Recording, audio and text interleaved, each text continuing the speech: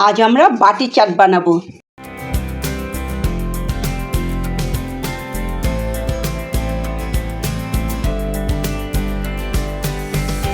এখন আমরা মশলাটা বানাবো। মশলাটা বানাতে হলে যা যা লাগবে, এই যে ডাবলি ছোলা, সব দেবো না, অল্প দেবো, বাচ্চারা তো খাইতে চায় না। আলু,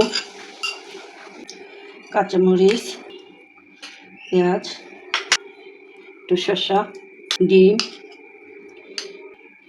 ধনেপাতা, যে পুদিনা পাতা, ধনেপাতা, কাঁচামরিচ ফেটানো ছিল ফ্রিজে, এটা একটু দিলাম, এটা আনতে ভুলে গেছিলাম। বিট লবণ, একটু চটপটির মশলা, চাট মশলা, একটু সাদা লবণ। কারণ সব কিছুতেই লবণ দেওয়া আছে, চাট মশলাও লবণ, তারপরে চটপটির মশলাতেও লবণ আছে, সবটাতেই বিট লবণ, সাদা লবণ দিয়ে রেখেছিলাম।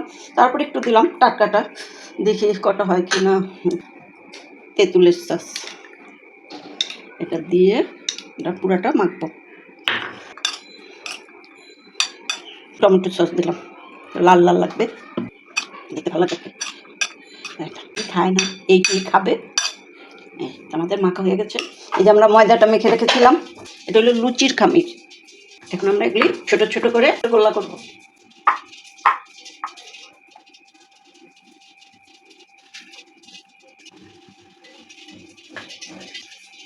আমরা এইভাবে সবগুলি গোল্লা বানিয়ে নেব, লুচির মতন গোল গোল করে আগে সবগুলি গোল্লা রেডি করে নেব। আমাদের সবগুলি বেলা হয়ে গেছে। এখন আমরা যা করব তার জন্য প্রথমে এই যে কাঁটা চামচ দিয়ে এরকম করে আগে ঘাই একটু ফুটা করে নিতে হবে, করে এভাবে বসিয়ে পরে যে এভাবে বাটির মতন হবে। এভাবে আমরা এখন তেলে ভাজবো।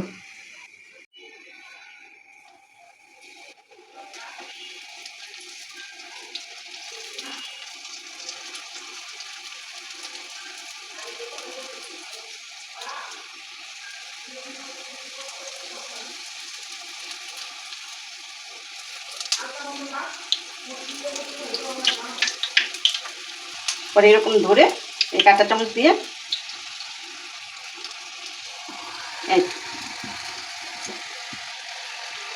এখন আমরা এই বাটিটাতে একটু তেল দিয়ে দেবো।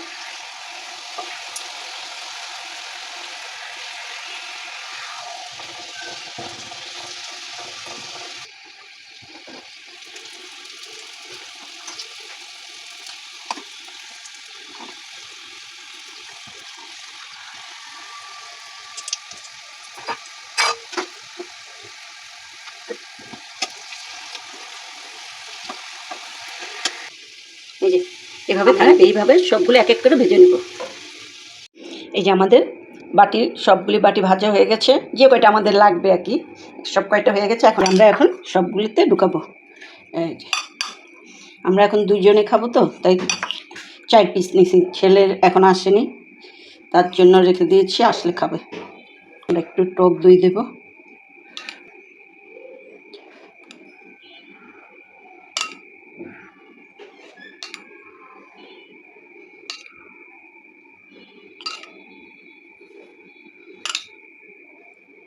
তারপরে একটু চিলি ফ্লেক্স দেব, ডিম দিয়ে দিই আছে, শসা। আমাদের রেডি, এবার আমরা খাওয়ার জন্য প্রস্তুত হয়ে গেছি। চাট মশলা আর ওই চটপটি মশলাকে একসাথে মিশিয়ে যেভাবে একটু করে মিশিয়ে দেওয়া যায়।